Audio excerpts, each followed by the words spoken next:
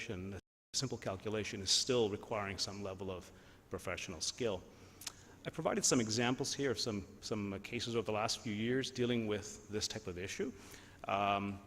Again, the first one, the Axcan case, this was actually a composition claim, believe it or not a use claim even. But this composition claim recited a particular dosage of weight-based dosage. The court actually held this claim to be indirectly a method of medical treatment, which is again prohibited in Canada, and had that claim invalidated. The Novartis case, again, in the claim recited a dosage of at least once a year. There too, it was held that this required some professional skill in determining what is the at least once. Is it twice, 3 times, or whatever? So again, professional skill required. It's a how type claim, invalid. The Bayer case, very quickly, again, it involved a choice of a number of different compounds, and unfortunately that choice resulted in a how. That was claim 1. In claim 8, you'll notice that it was a narrow claim, a dependent claim that specified each of the compounds that were going to be in the composition. That claim was found to be fine, because again, that's a what claim. Now, Section 2 of our Patent Act requires that to be patentable, an invention has to be useful.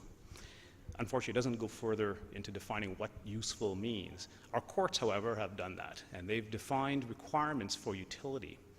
And the two main forms of utility, or requirements of utility, are that the utility of an invention, claimed invention, has to be demonstrated. So you would have data, for example, showing the efficacy or whatever you're trying to show as your utility.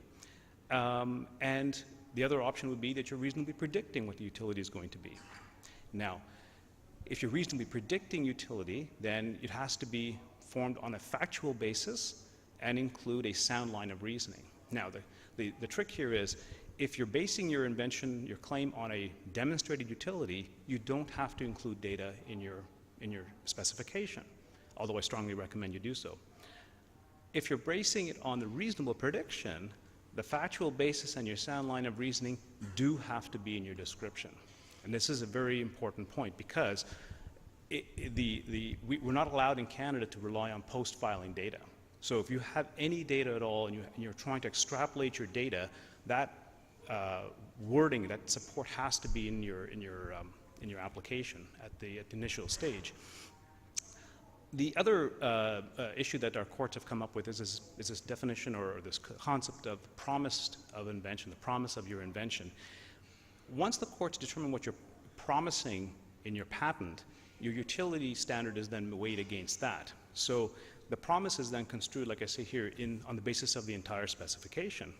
There's no requirement that you have to actually state any specific promise. Thank you. But if you do state one, you're going to be held to it. So you have to be very careful with that. The courts have also held, and this is where the pendulum swings back and forth sometimes, that if you have an advantage or a goal that you state in your patent, for example, my compound may do this, that's not considered a promise. That's considered a goal or a possible advantage of your invention, so you're not going to be held to it. But you can see how the semantics really makes a difference in how the patents are worded. And once the patent is granted, of course, then unfortunately you're stuck. You have no choice but to rely on what you have in there. So that being said, we have to be very careful then with implied promises, because the court is going to be making the conclusion as to what your promise is. Your wording, every word throughout that specification has to be very carefully chosen and have proper support for as well. So for example, if your compound is going to be directed to a particular therapeutic efficacy, then you have to provide, or at least have in your hands, sufficient data to show, for example, I say here, if it's going to be an in vivo activity, you should have in vivo tests, etc. If you have a long-term study, then of course that's going to be required for any condition you're treating that's chronic. And I'll get to an example in that in a second. Again, if you're talking about a particular pharmacokinetic activity, like blocking a pathway, for example, in vitro data may be fine. So the Stratera case from 2011 here, it was a Lilly decision. I'm mentioning this on purpose, but it's a drug that was used to treat the side effects of ADHD, not treating ADHD itself. ADHD, of course, is a chronic disease condition. So the promise that was construed by the court was this is going to have a sustained effect for ad infinitum. However, they only had a short-term test included in their patent. And so basically the court held that, well, you have no demonstrated utility of your sustained effect because it's not a short-term use, and you had no basis for your reasonable prediction. You didn't provide that, the sound line of reasoning, et cetera. So that patent was deemed invalid. Sanofi, this is where it becomes an interesting one. We had a lower court decision where the court construed an implied promise of use in humans and found the patent invalid for not meeting the utility standard. On appeal, the appeal court found a different promise of invention, which was basically that this was a selection and the novelty just lied in reduced toxicity. And they said, you've shown that, that's demonstrated, your patent is fine. Apotex appealed that decision, and we were all hoping with bated breath that the Supreme Court would take it and provide some guidance to this. The Supreme Court granted leave to appeal, but literally on the eve of the hearing, Apotex discontinued the action. So unfortunately, we are now back on relying on the lower court decisions for some guidance. Selection patents offer another challenge. Again, what is the promise or what is the invention of a selection patent? Well, it has to have some unexpected advantage over a genus or address some known disadvantage of a genus.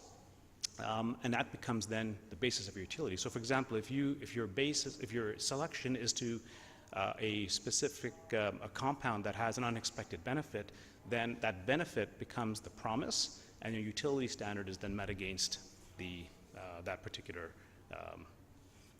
promise. Just a very quick couple of cases here that deal with this issue. And again, unfortunately, this is where patents have been found invalid for the improper selection, or not the selection patents not meeting the utility standard. In 2011, Lilly lost another patent for Zyprexa. This is again where the court construed an explicit promise that olanzapine had a market superiority over the genus, the known genus. Unfortunately, the patent didn't meet the utility requirements, as I mentioned before, and held invalid, and the leave to appeal was also denied. So, very quickly, let me just give you a quick news update in just a very quick couple of points. As I mentioned, Strattera and Zyprexa, and I purposely mentioned those because Lilly has commenced a NAFTA challenge against the government of Canada on the basis that those two patents were improperly declared invalid. And they're basically arguing that the court's position on this heightened utility standard essentially discriminates against pharmaceutical patents. As I mentioned, the kind of data that the courts are looking for, quite often you can't provide in that first application, because it does take sometimes months, if not years, in the case of the ADHD case, to obtain the necessary data. So how do you meet that requirement how do you balance that with the first to file? It's a very difficult situation. Canada's filed its defense, so clearly that's still in the works and there's more to come there. Just last year, Canada and Europe have signed a trade agreement. And how does that affect the pharmaceutical side? Well, one of the key features on that is the provision for a patent term restoration. Canada is one of the few countries that doesn't have a patent term restoration for delays in regulatory approval. But that too is coming very shortly. The details are still being ironed out, but it seems to be that it will be roughly about 2 to 5 years and not more than that. Our Patent Act has been amended, and the way our government works, this particular government was essentially rammed right through. There's a couple of interesting points, just to highlight two of them. One is the right of reinstatement. Currently, under our Act, if a patent application is deemed invalid for either not payment of a maintenance fee or not being responsive to an office action, et cetera, the applicant has the right to reinstate the application within a year. It's a very liberal provision. So with a small fee and a request to reinstate, you can reinstate your case. That's being removed under the new provisions of our Act. The other point I want to make is the grace period. We have a grace period, as in the US, a 1-year grace period for applicant publications or disclosures, either directly or indirectly. Currently, our Act refers to the 1-year grace period stemming from the filing date in Canada, or PCT filing date. That's being changed to priority dates, or it's a little bit of an advantage for applicants, of course, and then more in line with the US. So that's my talk, but I just want to finish full circle, of course, going back to the Hollies from 1969. After the talk and looking at this particular verse, you may think that there's, it's a rather feeling of hopelessness or whatever, but there is some hope. I mean, as I mentioned, the Hollies did foretell